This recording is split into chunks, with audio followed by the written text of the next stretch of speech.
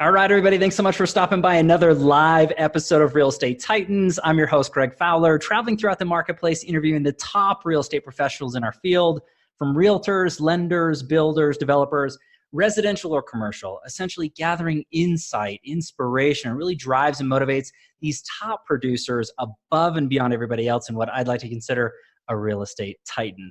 Our very special guest and featured titan for today, Claudine Ellis. Claudine, thanks so much for taking the time. Honor to have you on the show. Hi, thank you. Where's the cheer? Usually it's like... Yeah, I know. It's like clap, clap, clap, clap. We'll have to dub that in later. But Claudine, seriously, thank you so much. I know you're super busy. It's an honor to have you on the show all the way from Virginia. I'm just really excited to share your story with the audience, really what drives and motivates you, tactics, tools as a top producer. Again, just in the announcement, but I mean, top producer, national speaker, author, I mean, TV personality. I can't wait to share it with everybody. So if you're ready, let's just dive in. Yeah. Cool. So first question comes down to it is just telling everybody a little bit about yourself. It's hard to talk about myself, but you know, I'm a realtor and that's what I love to do. I live in Virginia and I just work. I'm just a person who believes that from the time I wake up to go to sleep, you know, my office hours are eyes open, eyes closed, you know, that kind of thing. I don't stop till the work is done. So my story is that I'm just a regular little girl that just likes to do real estate and I love it. And my whole world revolves around that. Wow. I mean, and that's huge. And it's evident, it speaks volumes for you and obviously for your career and the reputation that you have in your community in the real estate world. I want to dive a little bit deeper into what got you into the business in the first place, Claudine. Like, why real estate? What was your path up until today, where you're at? Yeah, well, subconsciously, I can tell you that I probably have been in real estate all my life. Okay. The reason why I say that, is because, you know, my parents, when they came to this country, they had bought real estate, and then, you know, we had a brownstone, so they lived, you know, at the basement, and we lived above, and I kind of subconsciously might have thought that was the way to do things, right? So I never really thought I was going to be a real estate agent. I just want to make sure that's clear. Wow. I did know that I wanted to invest and buy rental property based on the teachings that I've had over the years about having residual income and owning land and owning property and assets, right? Yeah. So when I first graduated, I was able to get a house without even really having a good job or anything. I just had like a contract and they gave me a house. I was like, okay, fine. Yeah. And then the realtor that I had was a little older and my grandmother found him. So I had to kind of like go with him anyway. And I was just like, this guy, I don't even know if he knows what he's doing. Is he going to make it through the real estate transaction? So wow. I decided I was going to go to school and learn a little bit more because I felt like he wasn't really on board. But notwithstanding, I just felt like I should know more anyway, because I just feel like if people are helping me and they don't seem like they're on board, I'm going to have to learn it anyway. So I might as well. And I was just out of college, so learning wasn't a problem for me. So I went ahead and took the test and got the license, but I still didn't really do any real estate. I was just basically going to buy some houses. So I bought my first rental property. Wow. And then I left the house that he sold me and bought a new house. And I was actually, you know, talking to the real estate agent, and she was like, you know, you seem really good. Maybe you should go into new construction. I was like, oh yeah, that sounds good. What I had been doing all along was selling new construction, but not doing any of the work, because that's how it goes. You go there, you take your client there, and the agent sitting at the desk does all the, you know, I used to joke about the fact that I never wrote a contract because really they did all the work. Wow. And so fast forward, I had decided I was going to get out of the working world and go into business myself. So I did two things. I stayed with my real estate license and I opened a Verizon Wireless, and then real estate was doing kind of better than everything else at the time. Sure. Until the market supposedly crashed, right? And so I went full throttle in real estate, bought some more real estate, bought real estate out of state. I was just doing real estate forever. And the market crashed. So I was like, wow, what do I do now? Because when the market crashes, everybody was like, oh my God, I'm getting out of real estate, whatever. I sold more real estate in the year the market crashed than I did in my whole career prior to that. So that was pretty good. Unbelievable. I did a lot of workforce housing. So what really got me into it was I was looking at new homes. As I told you, I liked the new homes thing. And I met this young man. His name was Brandon. Actually, his name was Charles. And he was frustrated. His name is Charles Brandon. He doesn't like the Charles, so he calls himself C. Brandon. But he was frustrated. He was like, look, I can't find, I don't know how, I met him coming out of that property and he looked frustrated. So I kind of like never met a stranger. So I was asking him, hi, how you doing? Looking for a house like those? And he's like, yeah, but I'm frustrated. I can't find anything. I need something pretty quick. And, I guess with the new construction, you have to wait and everything. So this was 2002 or 3, I believe. And I said, well, I can help you. I can help you. Now, mind you, I hadn't really sold a stick of gum. I pretty much bought my own house and that was it. So I didn't know what I was doing. I'm not going to lie. Yeah. I told him this story too. He was like, wow, because he called me 10 years after to sell the same house. So he, love that. He's like, he used me as a guinea pig, but I'm not slow, so I can figure things out. So I took him and we started knocking doors, basically hand in hand, knocking doors. Nobody knew me, so no one's going to take my contract. In that time of year, 2002, 3, 4, 5, the market was jumping. If you didn't have friends, before you could see it on the market, it had 15 offers and yours weren't getting accepted. It just wasn't going to happen. Wow. So we decided knock on doors, knock, knock, selling your house? Nope. Knock, knock, selling your house? Nope. Knock, knock, selling your house? Nope. About 5 no's. The 6th no is probably going to be yes, right? Right. Yeah, I'm selling kind of, or I'm not thinking about selling, but maybe I should, and I'm leaving, I'm deploying this, then the third, whatever. They were saying all kinds of stuff. So eventually, somebody said they want to sell, and we bought it, and that was it. Wow. I said, I think I can do this.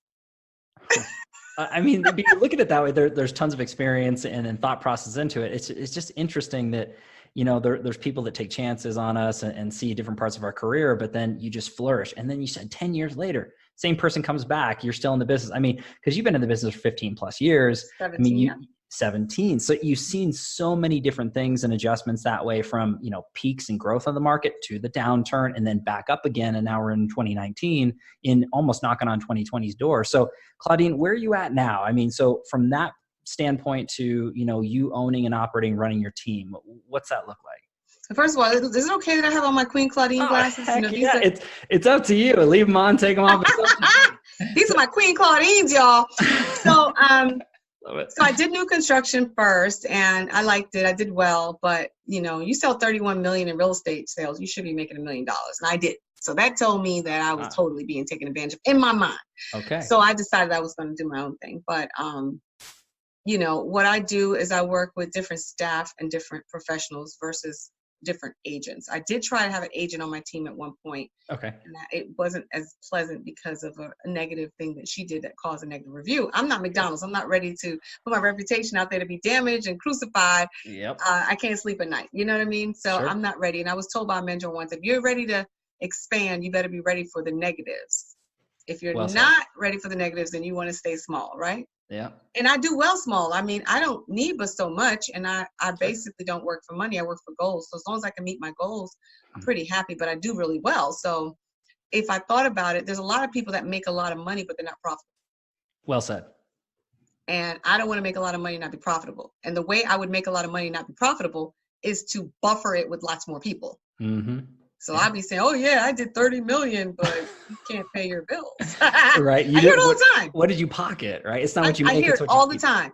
No rental property, no assets, no savings, no simple IRA, no IRA, no nothing. Wow. And you just said all these years you've been making how much? If your expenses are exceeding, the money that you're making, then, because I added up one time how much money I made in real estate over 17 years. Sure. And it's close to like $5 million. Okay. But you think about that over 17 years, there's something missing from that, right? I mean, when you go into it, there's things to grow.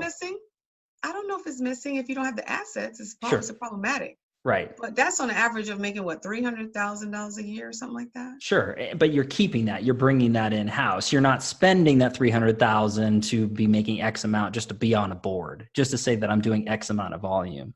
Now you do have your expenses, you have to remove, but that's a lot.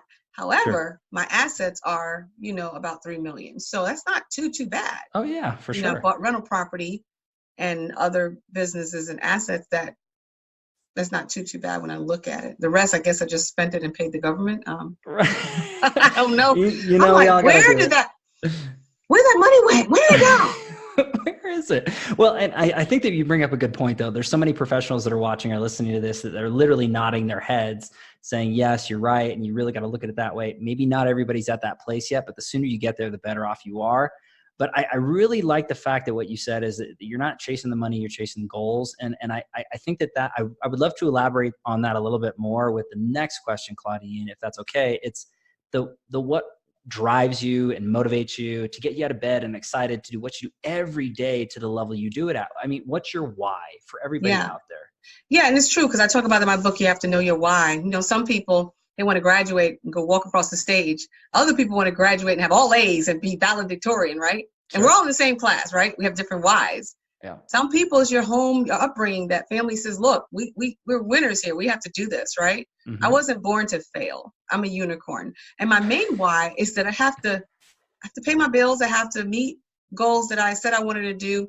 I have a family and I have a future. And really and truly, my great grandkids are depending on me. So if I'm trying to build a legacy and I don't understand what my purpose is, not just to live and die, it's to live and give back and to set the stage for my legacy coming behind me. You know, work is overrated. So I want to be the person that says, you know, whenever my family is born next, the next group of them, that they don't really have to work. They can just take my money and manage it. And that's it. Nobody in England is working. You don't see the Queen getting up every day, getting out of bed and going on going in a car to a job. She's just enjoying charity and just giving back and taking over the food. That money is so old and so long. And then when the Queen gets in there, you know, what's her name, just got married, Meghan Markle. Yeah. You think she working every day? No. See, you see what I'm saying? I do. So a lot of that is overrated work. And I think that you should do your life's work, not your work. One of the things about me is that real estate is not work for me. It's actually fun and I enjoy it, and it's actually an extension of me. So we're on real estate at all times. When you wake up, you're on real estate. When you go to sleep, you're on real estate. When you travel, real estate is everywhere. I mean, we all live indoors, right? Yep. So 99.9% of us, unless you're a bum, lives indoors your whole life, period. Yep. End of story. You go to a business, that's real estate. You go to a hospital, it doesn't matter. Even if you get bums and they go to a shelter, it's real estate. That's right. Real estate, you cannot escape it. You just can't, like air. So I'm like this. This is part of what we have to have. This is no American dream. This is American need. So they make it hard for people to think that it's something to attain. But I don't know why, because you must live indoors. I mean, I don't understand. It's why people are so caught up with it. Now, the funny part about it is that when I'm out and about and I'm doing real estate, or I feel like I'm doing real estate, I don't feel like I'm at work. I enjoy getting up every day. So I get up with my eternal clock. Real estate affords me to live the lifestyle that I want. No one tells me where to go, what to do, how to do it. The more I work, the more money I make. The less I work, the less money I make. I want to go on vacation, I go on vacation. I don't have to punch a clock. My kids are sick, I got to run to school. I don't have anything to worry about. I don't have anybody telling me what to do. And because I'm so bossy and I'm so in charge of myself and I can't stand for people to tell me what to do, this is it. This is the only profession that I feel I have full control, and the only real bosses that I have are my clients, because I care about only their opinion. Everybody else, those opinions don't make deposits. Wow. My clients' opinions make deposits. So I have to be very careful, because one bad review can mess me up. So true. So I have to care about that. So I love what I do. I take it very seriously. I take my clients very seriously. It's not easy. It's not always glamorous and glorious as they see it on Facebook when I'm out here smiling and selling houses, but there's no need to show the negative, because the premium on this job and the pay that we get, the reward, is way and far greater than anything else. Well said. Truly. I mean, I look at it that way, and there's so much to take away from that. So if everybody's watching or listening to this, I mean, they can really feel the passion that's coming out of you, obviously, about what you do. And it's inside of you every day, every moment going through, but you're focusing on, you know, supporting your legacy and your family. And there's nothing greater than that, really focusing on the communities that you service and your clients that you care for. I mean, there's so much passion out of there, Claudine. And again, to me, that's really what drives the top producers. You're a top producer, Titan, as far as I'm concerned. There's so much drive and determination, but then passion. And you can't fake passion. You either love it or you don't. You either want to be there or you don't. And obviously, through and through, if you guys aren't feeling this and really seeing this, then you need to pause it, rewind it, because that is really awesome. You know, I'm getting energized just listening. Well, you know, if you chase the passion, you're gonna be rich. There are teachers that make way more than $30,000. You always hear, oh, teachers don't make a lot of money. Yes, a person who is passionate about what they do and understand how to use the passion, because you can be passionate about something and don't know how to use it. It's like faith without works is dead. You got the passion, you got the skill, but you don't go out there and do the work. So it's not just having it, you got to know how to put it forth. And that's the thing. You have to birth it out of yourself and get other people to see it and believe it. It's like a product. If you're going to sell it and you don't know how to sell your product, then it doesn't matter how much passion you have and how I have people that know how to cook and sing and do everything else, but it's over here in the corner, bottled up. They never got it out. Do you see what I'm saying? So you can have it and no one ever sees it. And so I'm willing to share it, show it, and give back. And that's why I have a nonprofit to help single parents, because I felt like I can't just keep doing this without something else. There's something greater and bigger in me that when I become successful, what does that really mean? Do I just hold on and keep everything to myself? Or do I go back and give back to the universe or the people in the community or somebody? Because I feel so grateful that I was chosen by this industry. It chose me. I don't know if I chose it so much. So I'm thankful. I'm thankful that I have the opportunity to serve. And that's what I do. I provide shelter in the shelter industry and serve the community by making sure people have homes. And that's what I do. Claudine, I love this. This is an amazing start to what's going on. I want to shift gears into the next question, because I think that everybody's really in anticipation to learn from you even more than they have right now. This next question is actually a crowd pleaser for the subscribers and the viewers and listeners of this particular series. They want to know what the Titans are doing or have done to grow and scale their business. So if you could look back at your business thus far and pick or choose one or two things that you added to your business that took it from one level to the next, what's that look like for you, Claudine? Well, the good thing is I'm actually writing a book about how I made millions in real estate. So that's part of it. So I'll share that freebie for you guys and what I thought. I had been doing real estate all wrong. Just everything was wrong from the day I started, the day I went into new construction, until I switched over and I joined Keller Williams, and I went and read the book, The Millionaire Real Estate Agent. Okay. And so I even took that book to another level, because that's not all the way right either, but it has a lot of principles of what I'm thinking that everybody should know before you get into real estate. Sure. So before you get into real estate, you should treat real estate, and this is a chapter in my book, think like a restaurant, act like a realtor. Wow. Okay. That's a chapter. You mind sharing a little bit of that? A little teaser? Okay. So when you open a restaurant, there are things you have to have. Even if you were dumb and slow and didn't know anything, you know you have to have a location. Sure. Right? Yeah. You got to have a waiter, I hope. Sure. You better have chairs and tables, correct? Yeah. Forks, knives, a chef, some food. That's the basics, right? Correct? For sure. Somebody's got to do the receipts, so you got to have an accountant. Nobody could just willy-nilly. You got to have an operating system. You got to have a cash register, whatever. Yeah, that's what you have to have. I mean, you have to have that. Not only do you have to have all that to open the restaurant door, but you'd better darn have a contingency plan with some money saved and, reserves, correct? Right. Because if you're a restaurant, overhead for any place, even if you're in the middle of the hood, is $15,000 a month. For a very small restaurant with 4 staff people, a cook, and just the equipment alone that you have to run, light, gas, phone, window washing, water bill. Right? Yeah. So here's real estate. You go to school for 3 weeks, bang, now you're gonna make millions. Really? Is that what they tell you? Because that's what they tell you. That's what they tell you. Right. I said, I'm gonna open up a real estate testing site because I'm gonna make a heck of a lot of money with those failures. I love it. I'm thinking for every pop that they fail, I could really win here. Wow. Right? Yeah. So you're gonna be successful after 3 weeks. Take a course, pass a test, boom, millions, right? Wrong, really. No. Yeah. No. You need to have a business plan. You need to budget accordingly. You need to save your money. You need to understand the first 45 days you're not going to close. You need to have a pipeline. You need to advertise and tell everybody who you are. You need to go out here and get your admin squared away. Get at least an assistant, even if it's virtual, but you got to have somebody to help you answer the phone. What kind of business are you? It can't even answer the phone. I mean, right. Why are we handling the transaction? So I learned what helped me in my business is that I learned what my job was. Interesting. As a realtor, not realtor, because that's my pet peeve. Yeah. As a realtor. I say realtor as well. So yes. Thank you. Yes. My job is not paperwork. It's bringing in new business. Right. However, you have to do that. That means meeting people, advertising, going out in the community, doing whatever you got to do, making yourself known. Half the realtors we know are 007 secret, and nobody knows them. I do classes. I go, raise your hand. Who's the top realtor? And I said, raise your hand and tell me if you know who the top realtor is in your area. Oh, yeah. They throw out everybody else's name. I'm like, what? Why isn't it you?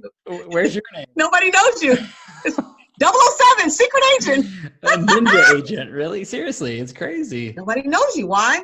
You can spend $1 on advertising. So McDonald's is one of the biggest companies in the world. Oh, yeah. McDonald's, Coke, Disney.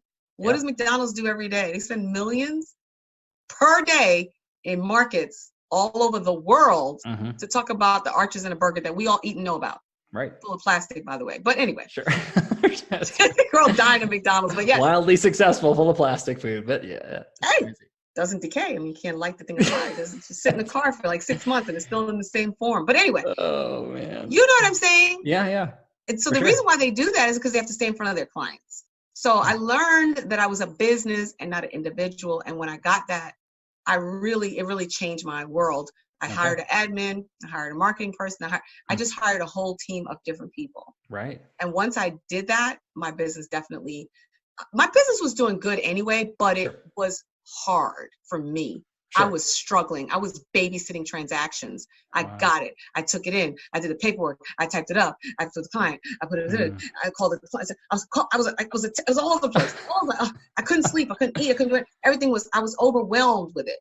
Wow. And if you do that long enough, you're going to get what they call burnout because you're not happy, right? Once you get help and you get a team of people together that can help you be great, your business grows because you're leveraging, and then they have a job, and then you're able to sit back and enjoy by leveraging and delegating more than just running around like a crazy person trying to do it all. I think that's extremely insightful. And when you look at it, because the audience who's going through, they're saying, yeah, that makes a ton of sense if they're not already there. But I guess from your perspective and advice to anybody who's watching or listening to this, when is it the right time, or when do you think there's that time where you need to start shifting that way? Because when you're starting out, there's a little bit of fear. When do I start? Do I have the budget? You should never start. Okay, so do you start the restaurant and then you buy the food later? Or you start the restaurant with the food but no chairs and tables? When do you start getting the chairs and tables? Sure. When do you hire the cook? The day you open, you have to have the location, the chairs and tables. Yeah. Everything needs to start from a true business starts all together the right way. Wow. And you only can start the right way when you have the capital to do so. Sure. So why would you start the business without having at least a year's worth of your bills and a year's worth of what you may need to run the business, which is the admin salary, the marketing person's salary, your database money, all those things. Because believe it or not, when you start out correctly, within 3 months, you're going to see a return on your investment. If not, you have the wrong team. Sure. I say save 3 months of the admin money. You're going to know if you're going to be in love with her more than a week. After 2 weeks, if they don't come to work, next. You see what I'm saying? So you don't have to wait 3 months. Just save 3 months, but you don't have to wait, because that admin should make you money within the first 3 months. And it is true. Oh, that's great. Yeah. But if you don't have those things to start the business, why would you do it? There's no wait. It should have started out day one. And men, I know this is chauvinistic, but men don't have to worry about it because they don't get anything. They're not as organized as women. They're not nurturers. They're not going to babysit the transaction like we do. They immediately hire people. I see it every day when I see a guy going to real estate. Wow. He gets help. Okay. Automatically. Women are babysitting the whole thing. We're pushing it in the stroller. We're changing the diapers. We're doing all the stuff. We're like, wait a minute. Why don't you have a transaction coordinator? Why don't you have a person that does, putting out your signs? Why don't you? It's so simple. People do it for pennies on a dollar. That's the funny part. And it's per deal. So it's not like you're paying them. I like those people because they work when I work, and they're going to hustle with me because I'm a hustler. And if you're sitting by the desk talking to your friends on Facebook and your boyfriend, your girlfriend, your family member, and your kids, you're not getting anything done. That's salary. Yeah. But if you get per transaction people, they're working for their money. That's so true. And when you're breaking it down that way, Claudine, it seems like a silly question for anybody to ask. So again, I'm so glad that you're giving that advice because it's extremely important. Hopefully everybody's, taking notes and pause this, rewind this, listen to Claudine again. And Claudine, I don't want to throw you under the bus, but I mean, she is a wealth of knowledge. So if you got any questions, reach out. I mean, she might not be able to get to everybody right away or anything like that, but I'm just telling you that this is a beautiful, amazing resource and a perfect example of what a true real estate professional should be doing. I mean, we could talk on and on and on about different advisory portions. So I want to leave it at that, kind of going through, not giving away all the secrets that way, but Claudine, that was amazing. Truly, truly awesome info. Well, thank you. In my book, I got the secret sauce. So with the book, and I would love to jump into that too, so you just for the audience out here, and we'll definitely give more information as time goes on, but Claudine, you have a book coming out and you have a book tour. Would you mind talking about that just a little bit? Yeah, I just wrote a book because I get every day I'm getting inbox, Claudine, I want to go into real estate. I want to go into real estate. And so I'm opening the school. I'm opening a school of real estate, and I'm actually writing a book. I wrote the book. I'm just waiting for the cover to be finished. Okay. And I'm so excited because the foreword to the book is written by the Robert Kiyosaki team, John Burley. So that to me was huge. I think I sent you the foreword, I believe. Yes, you did. I was like, oh my God. That is a big deal. Anybody who doesn't know that realm and that world, I mean, you're in the wrong space. Get out of the rock that you're underneath, because that's a big deal, Claudine. Yes. I'm very, very flattered that John would actually do that. He's mentored me and he's helped me. And he, I'm honored to call him my mentor. And I've only met him about 4 times, but he has mentored me pretty much through a lot of things. I went to his boot camp in Phoenix, and I flew to Phoenix actually and had lunch with him. I think it was last year or whenever, or year before. And so we've kept in touch, and everything that he does, or what I was learning through the Kiyosaki team, was helping me develop the just the confidence to go out and buy things and get residual income so that I can retire out of real estate. Because I'm going to probably retire, sure. But I don't have to work hard or hustle hard, because I'll be able to leverage and reap the benefits of all the sowing I did when I purchased real estate properties. And if you are in real estate and you don't own the very thing that you sell, shame on you. It's at our fingertips. And did you know that 60% of realtors don't own property? That's crazy. And over 75% don't own rental property? It's sad. right there. I'm amazed. Yeah. So the last deal is what? Their last dollar. Yeah, true. Well said. I mean, you always have to look at your income streams. And I think the average, millionaire in the United States has at least 7. When it comes to real estate's one segment. I mean, there has to be diversity in what you're doing. And that's sound advice for everybody out there. There's so many professionals that I feel that they know that, but they don't do what they need to do. So please listen to Claudine. Listen to Claudine. Here's a tip. There is a book called One Thing. So when you say diversity, I want to make sure that we're very clear. Yes. Real estate agents don't even understand the type of diversity that they can have. Warren Buffett will tell you, if you like it and you do stock, stick with it. Don't do 10 different things, right? Sure. So One Thing talks about one thing. You don't see Michael Jordan doing anything but basketball. You don't see Michael Jackson doing singing. You don't see Serena doing anything but, playing tennis. Why? Because they're focused on the one thing. Real estate is very unique, and I'm going to tell you why. You can put all your eggs in one basket. I should write that as my next book, Put All Your Eggs in One Basket. Wow. The basket I'm talking about is, in real estate, you can do commercial, luxury, rentals, right? Sure. You can open a school, which is what I'm doing, my other stream. Why? You've been in real estate. You know the stuff. You took principles. You did doing it for 10 years. Why don't you open a school? Right. That's one. You can write a book. You can have collateral. That's another stream. You can do podcasts. You can do speeches. You can do coaching, training. There's a multitude, a myriad of things that you can do and keep it in the real estate basket, because it bothers me when I see a real estate agent selling $5 jewelry, or nothing's wrong with that. Right. I got an agent that went online in one of the groups and said, I'm going into another business. I think she said cleaning or something. Mm-hmm. And she wanted to know if she should brand it on her truck. She should brand the cleaning bit.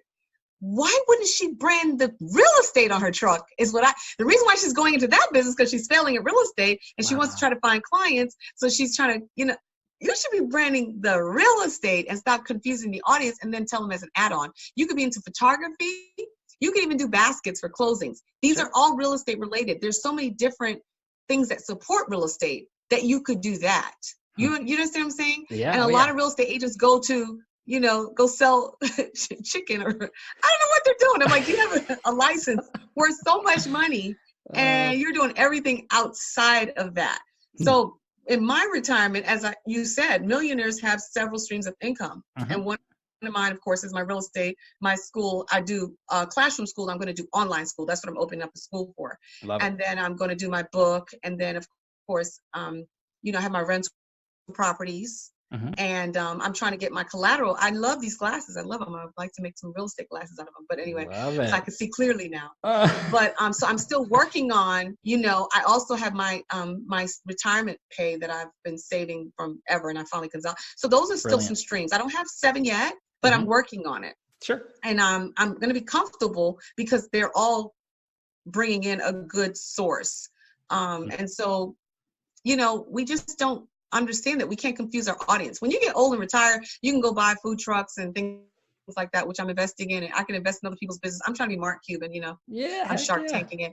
But honestly, I wouldn't want to be loud about that type of investment. That's a silent investment. Sure. But if you're promoting your jewelry or your shoes or whatever you're doing, and like, what does that have to do with real estate? Now the audience is confused because they don't see you serious about your real estate business, right? Right. She's the chick that sells shoes, not the chick that sells real estate. You want to be known for anybody who wants real estate, they're going to call you. Love it. There's some real estate agents that do makeup.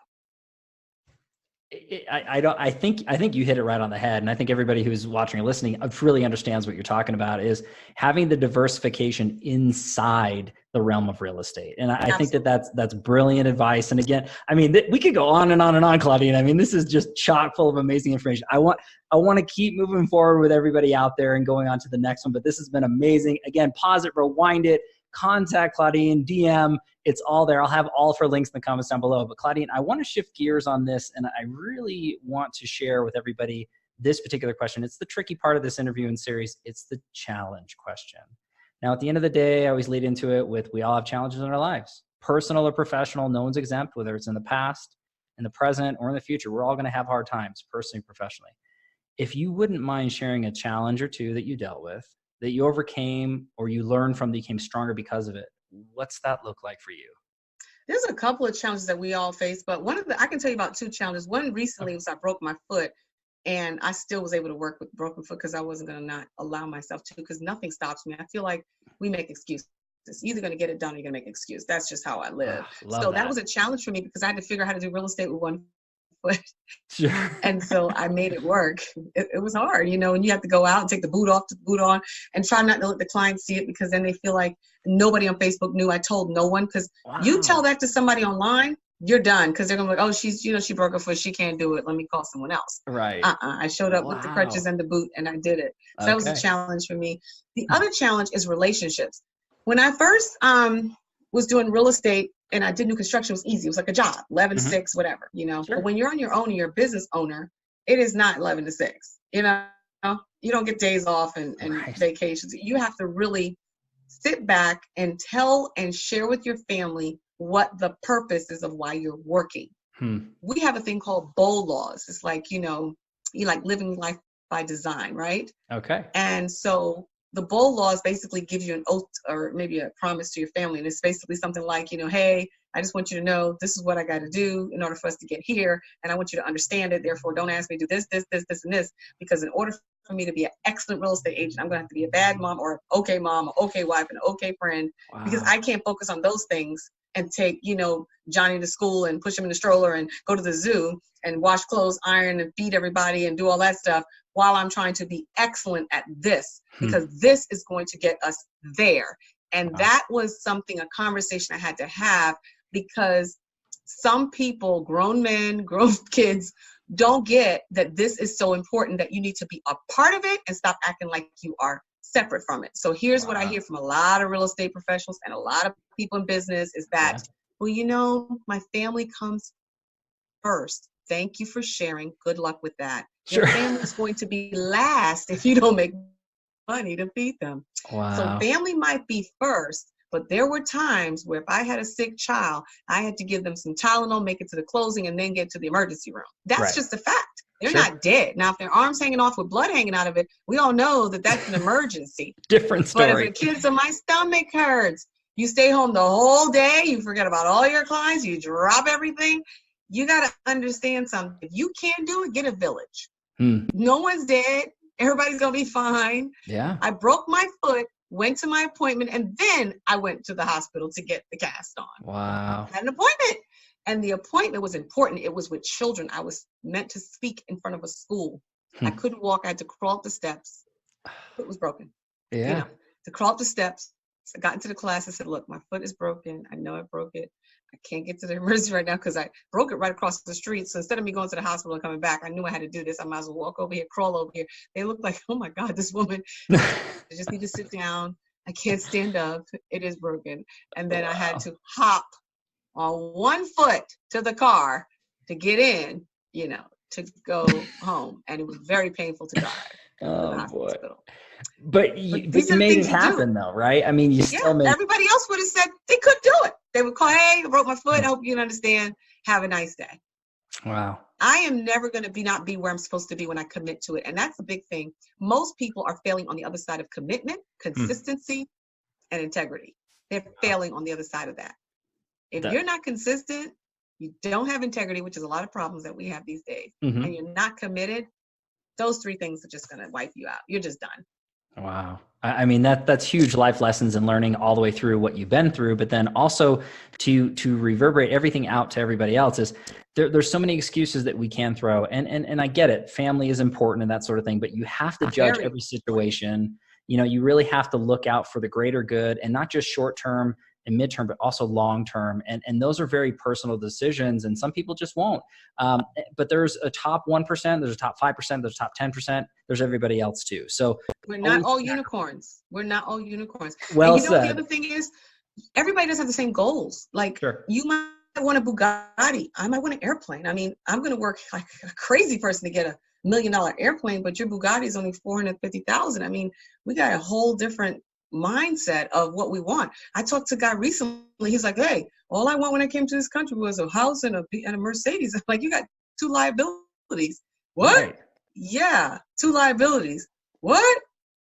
You're paying for every day. You're paying for your house and your Mercedes. If the house and the Mercedes was paying you, now you got an asset. Assets create money. Liabilities don't. Now, if you bought a rental property and you're getting that to pay off your house, we might can talk, you know. Right. So I had to explain that to him. So he's just happy with his $50,000, $60,000 check, and he got his Mercedes in his house, and he's good. I can't touch that. That's his mindset. Yeah. You know, he's not going to have anything when he gets older, because even with 60, it's hard to live on it anywhere. We're in Virginia, you know. Yeah. So you're just pushing the envelope every day, hoping and praying that you can get past your bills. And a person like that is going to have a lot of debt, and that's what we have. But we got bankruptcy. Right. So, I mean, we can do that. There's so much into that, Claudine. And again, I mean, the ultimate takeaway from me, and hopefully the audience is getting this as well, is just really look at your life, look at your balance the best you can, and figure out your goals and do what's necessary to get that done. And again, not necessarily caring what others think. Everybody's different. And if we were all the same, it would be boring. So that's perfect. Just don't even let it happen there. And again, I want to thank you for sharing that, because it's not easy to talk about challenge, struggle, things along those lines, but we all have them. We all deal with them. I want to go to the next question, which really shifts gears a little bit, goes a lot softer. It's actually my favorite question of the particular series.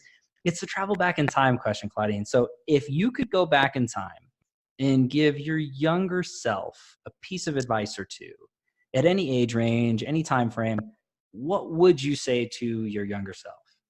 Well, there's a couple of things I would say, but it wasn't going to happen. I would have loved to have had a mentor, but when I was coming up in real estate, nobody was mentoring. Okay. Interesting. Wow. I would have definitely, that's my biggest suggestion. My other suggestion was, because my kids are young and innovative and they don't work for anybody and all that good stuff, no job policy, I would have probably opened my own brokerage. Wow. You know, I would have been like, because when you first start, you can't be a broker. You got to have 3 years in. Right. You know what I mean?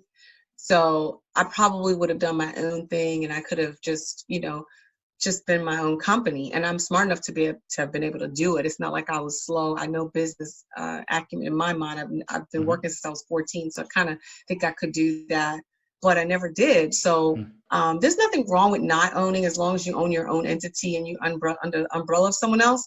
Sure. But I just feel like I would have done so much more than to spend a lot of time working as a, you know, new construction agent or something like that. Nothing wrong with it. It was a great experience. I loved it.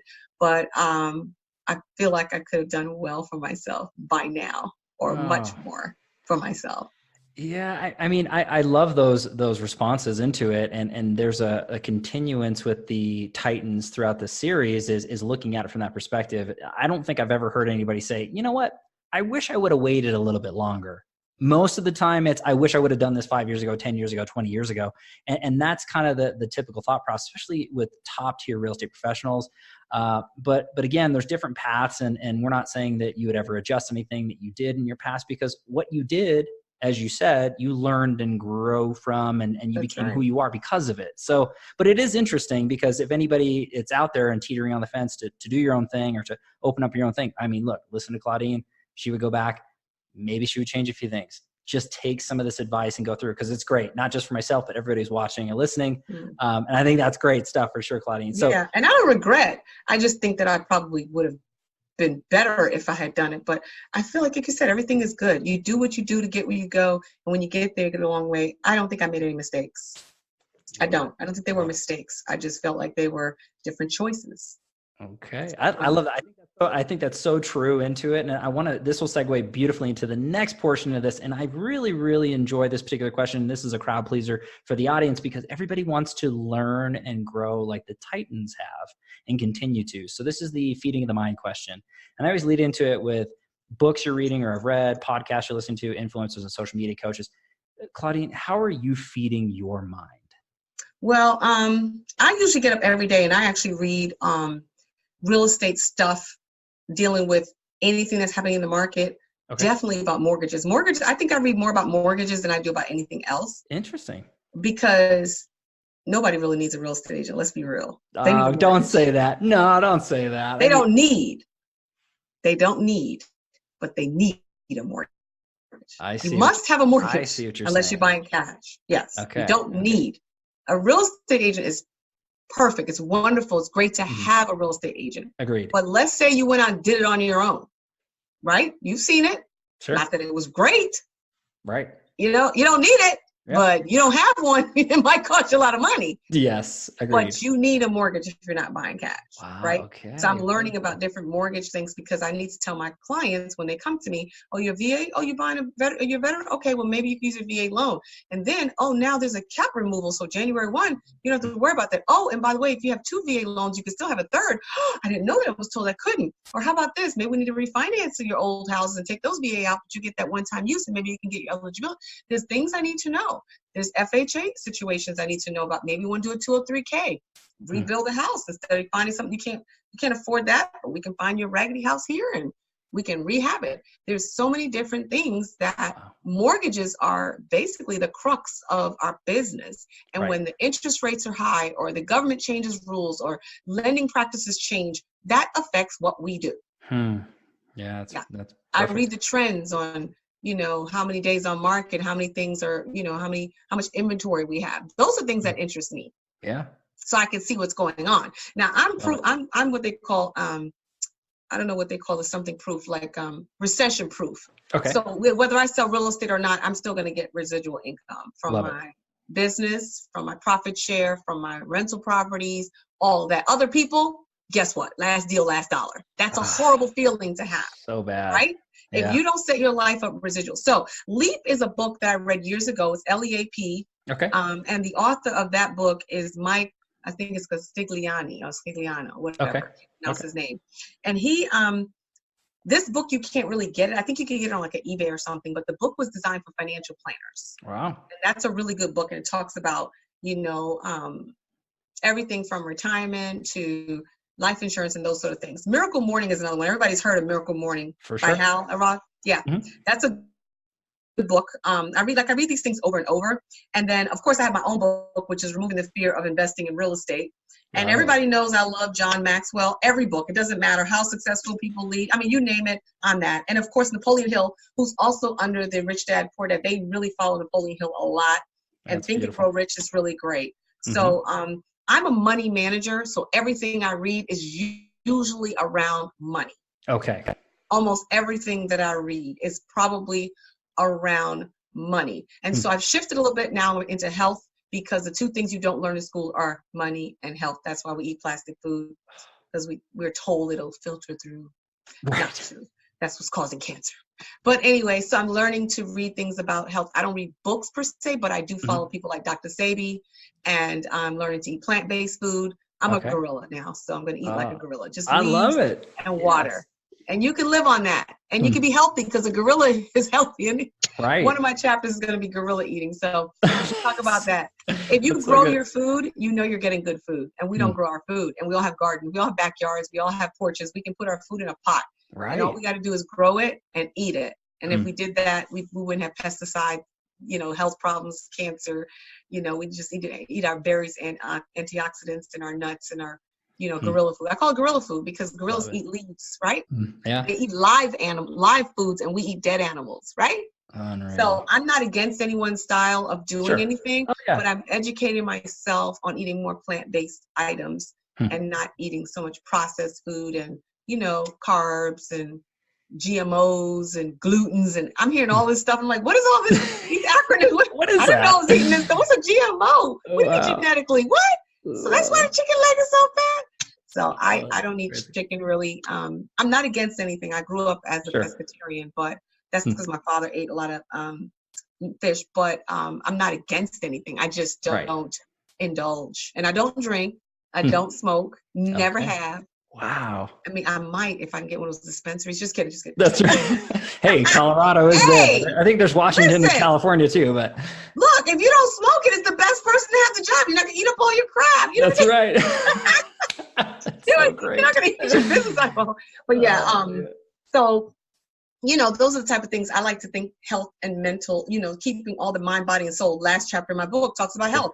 You can do all the real estate in the world, but if you're not healthy, so you need to look at your health. We only have one body.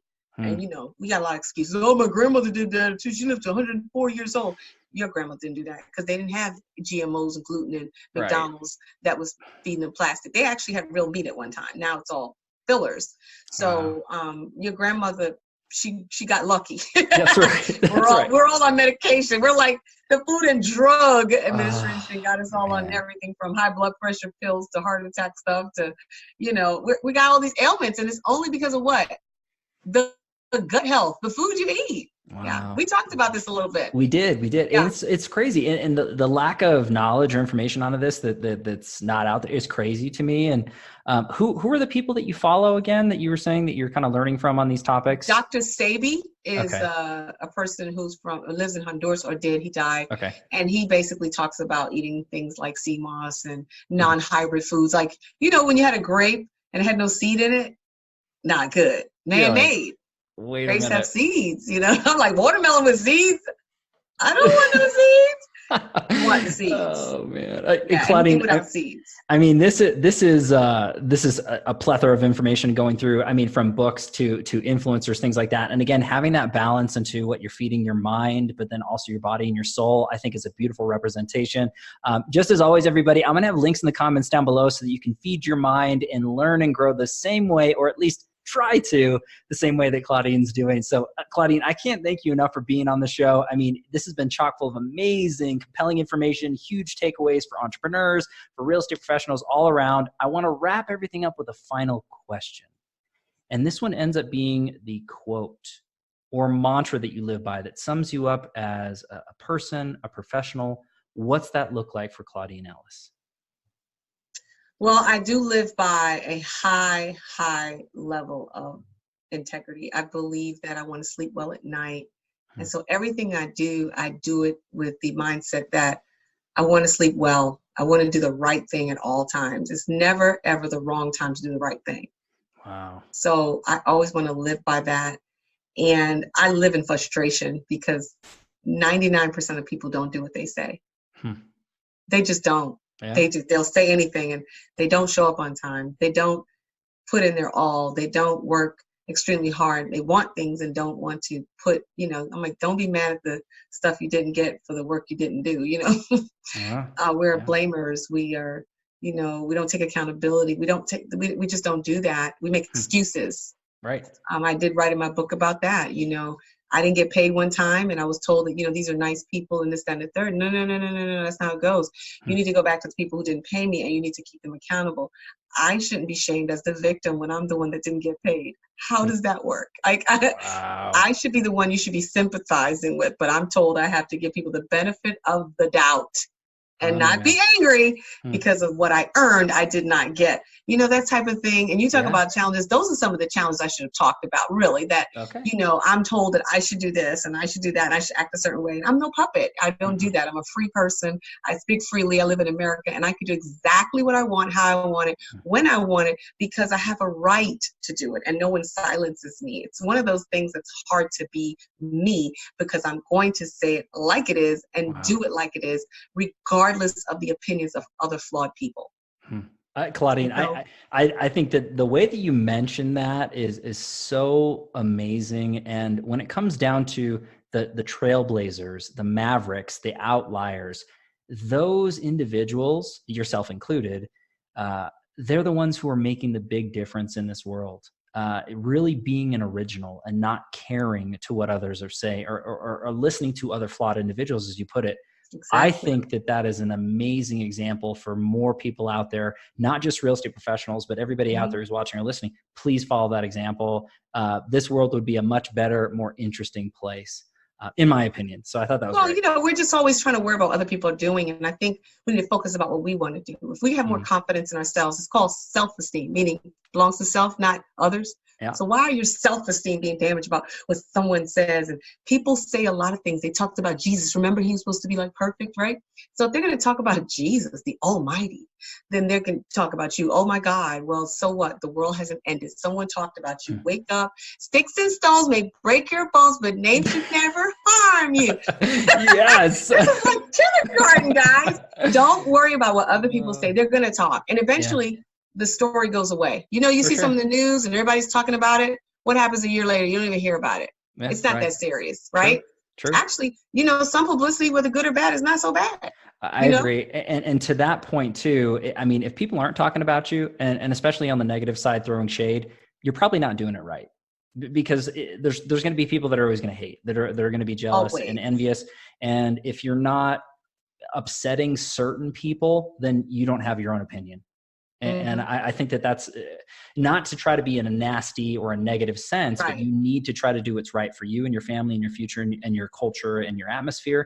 Some people are going to like it and some people won't. And that's okay. Nobody wants realness. And when I'm in my book, it's pretty raw and real. Nobody likes that. I can't wait. I can't wait for this book. They don't like it. They don't want the real. They want the fake. I can't be fake. I've tried to practice it. Didn't work out so well. I just can't do it. After a while, I'm going to come back to my natural self, right? So I always tell people, you're going to get it from me real. If you don't want 100%, then guess what? You're not my tribe. Right. You're going to move on to the left.